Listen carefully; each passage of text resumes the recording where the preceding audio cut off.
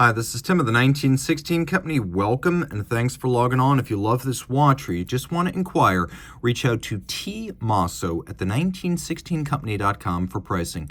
That's Team Mosso at the1916company.com for pricing. It's often said that early models by important creators are the best collector options. Brass movements from F. Pigeon, the Carré-Vaudelainen Observatoire, the Philippe Dufour Duality, and from de Bethune, early non-manufacturer movement models like this DB12 Chronograph Calendar. So de Bethune, founded in L'Aubusson by Denis Flageolet and David Zanetta in 2002.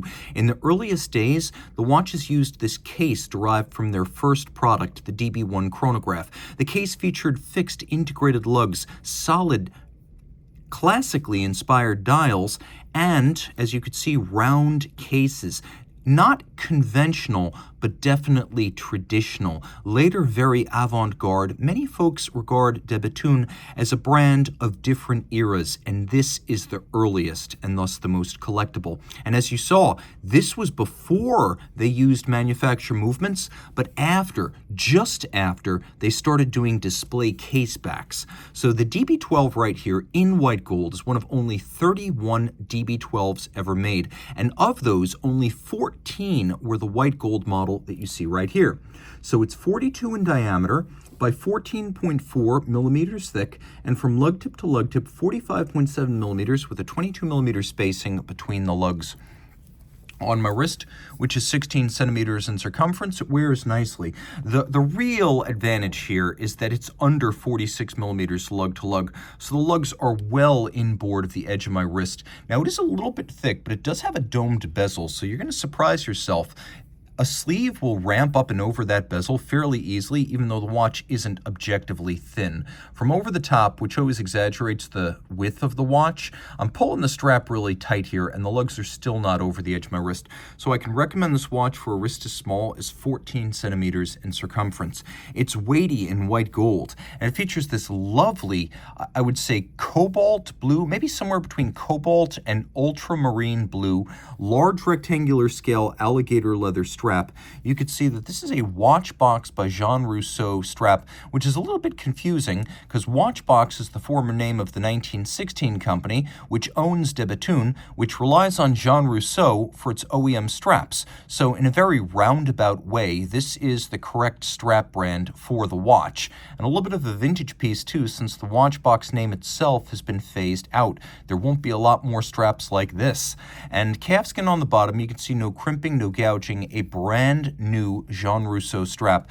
And this is a symmetrical, a large rectangular scale alligator leather strap, with the symmetrical scales being the most expensive. So this is a good cut of the beast. We have here a white gold buckle. De Bethune watches that feature more conventional case designs, like these early examples in the later DB25s, feature this very simple buckle, and you can see on the bottom Sat Nation and de Bethune Company branding. You can also see this was the old days, looking at those hallmarks on the inside faces of the buckle. Rolling around to the case, very much like the DB1. So if you look carefully, you can see there's a soft crease between the lug and the case band, so it's not fully integrated. It does step out very subtly. Everything here is polished, so it really pops. And then we have these ogival or bullet tips, and these are a distinctive styling trait of the DB1 case series, though in miniature, they're still present even on the latest DB29, 28, and 27 models. This has been really the one design continuity on most, not all, but most de Bethune watches.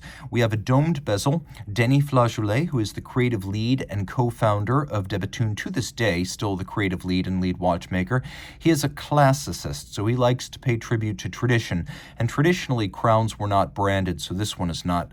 We have ovoid chronograph pushers, and then a little dimple corrector for advancing the month display.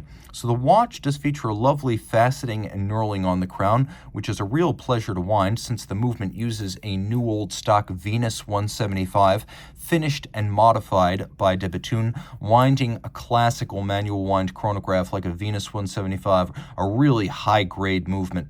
By the way, note instantaneous jumping minutes. Winding this is a real pleasure. Okay, the dial. like I said, the early de Bethune watches were very traditional to the point of being conservative. Fixed lugs, round cases, solid dials. We have a vague or wave guilloche, sunken subregisters with concentric patterns. We have little faceted apertures for the calendar complications.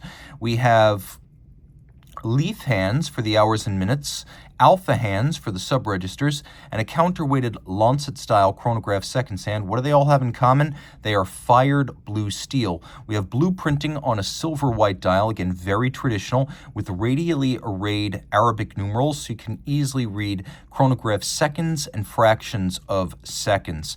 We also have this little wedge-style triangular index pointing inboard in each case. Now, the Venus 175 is not a calendar, so this is the de Bethune calendar module, which features a quick set for the month, and then you just turn through midnight to adjust the double-digit date.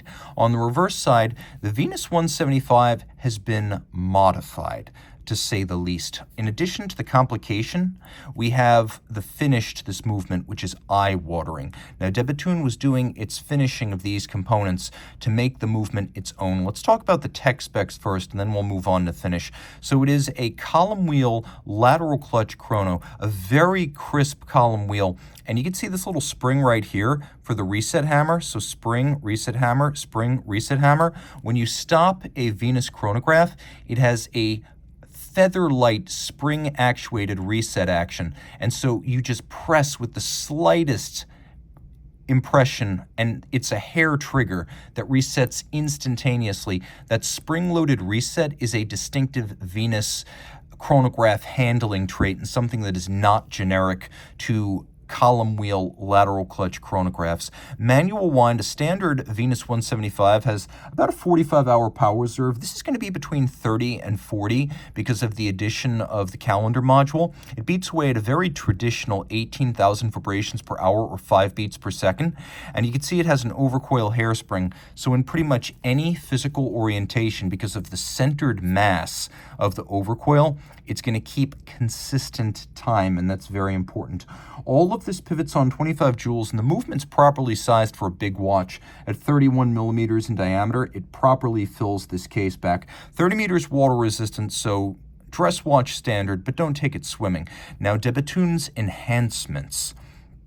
The adjustment in 5 positions with an overcoil hairspring, the use of an overcoil rather than the standard flat hairspring, the addition of a black polished and beveled steel swan's neck fine adjustment mechanism, the use of fire-blued screws, the use of enormously broad bevels on both brass bridges and steel chronograph components. Look at the beveling on that steel chronograph recentering hammer. Look at the beveling on the edge of the chronograph clutch right here, and then the satination across the top of the steel chronograph components, the clutch, the horns, the levers, the recentering hammers.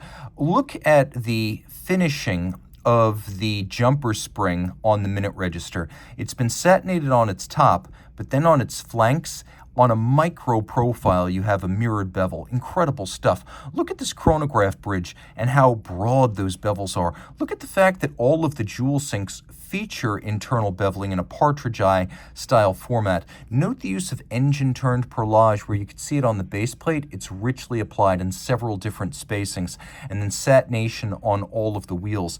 It is gorgeous. It's a watch that rewards ownership of a loop. And of course, de Bethune at this point was just beginning to use display casebacks. This was one of the very first display caseback watches, not models, but units they ever made.